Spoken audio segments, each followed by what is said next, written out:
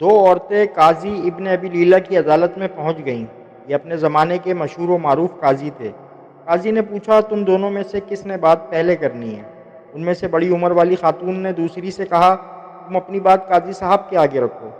وہ کہنے لگی، قاضی صاحب، یہ میری پھپھی ہے، میں اسے امی کہتی ہوں، کیونکہ میرے والد کے انتقال کے بعد اسی نے میری پرورش کی ہے، یہاں تک کہ میں جوان ہو گئی۔ قاضی نے پوچھا، اس کے بعد؟ وہ کہنے لگی، پھر میرے چچا کے بیٹے نے منگنی کا پیغام بھیجا، انہوں نے ان سے میری شادی کر دی۔ میری شادی کو کئی سال گزر گئے، ازدواجی زندگی خوب گزر رہی تھی۔ ایک دن میری یہ پھپھی میرے گھر آئی اور میرے شوہر کو اپنی بیٹی سے دوسری شادی کی آفر کری۔ ساتھ یہ شرط رکھ لی کہ پہلی بیوی یعنی میں کا معاملہ پھپھی کے ہاتھ میں سونپ دے۔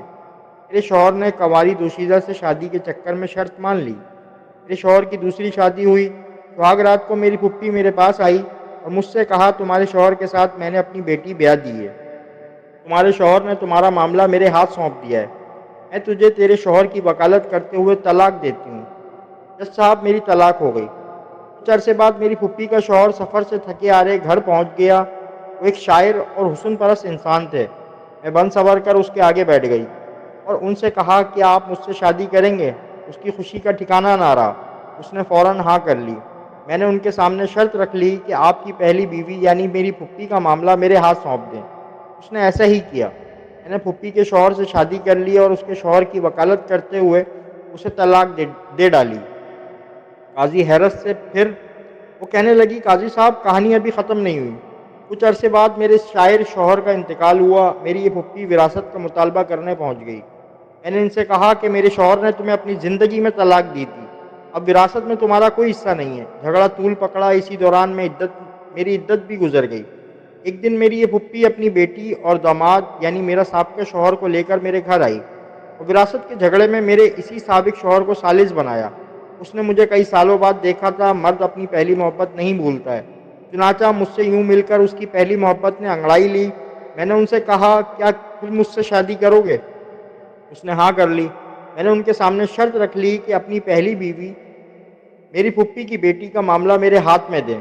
اس نے ایسا ہی کیا۔ میں نے اپنے سابق شوہر سے شادی کر لی اور اس کی بیوی کو شوہر کی وکالت کرتے ہوئے طلاق دے دی۔ قاضی ابن ابی لیلہ سر پکڑ کر بیٹھ گئے۔ پھر پوچھا کہ اس کیس میں اب مسئلہ کیا ہے؟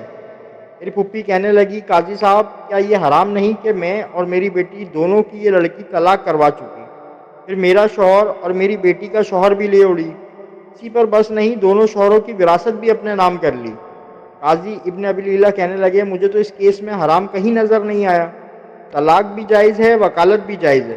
طلاق کے بعد بیوی سابقہ شوہر کے پاس دوبارہ جا سکتی ہے، بشرط یہ کہ درمیان میں کسی اور سے اس کی شادی ہو کر طلاق یا شوہر فوت ہوا ہو۔ تمہاری کہانی میں بھی ایسا ہی ہوا ہے۔ اس کے بعد قاضی نے خلیفہ منصور کو یہ واقعہ سنایا۔